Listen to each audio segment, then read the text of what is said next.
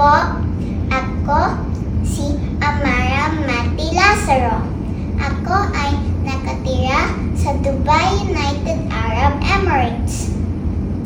Isa sa mga ipinagmamalaki ko sa aming pamayanan ay ang Burj Khalifa. Ito ay isang napakataas ng gusali na matatagpuan sa Dubai.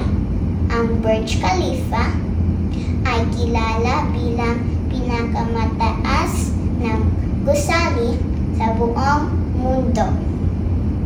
Maraming tao at turista ang pumupunta nito upang makita ang magandang tanawin ng Dubai. Ipinagmamalaki ko ang Dubai dahil ito ay isang magandang lungsod na maraming gusali, malinis na lugar at ibang-ibang kultura. Masaya ako nakatira dito at natuto ako ng maraming bagong bagay.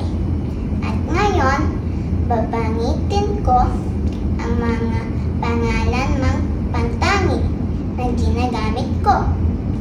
Amara Mati Lazaro, Dubai, United Arab Emirates, at Burj Khalifa. Ang mga pangalan pambalana naman ay gusali, tao, turista, lungsod, at lugar. Maraming salamat sa pakinig.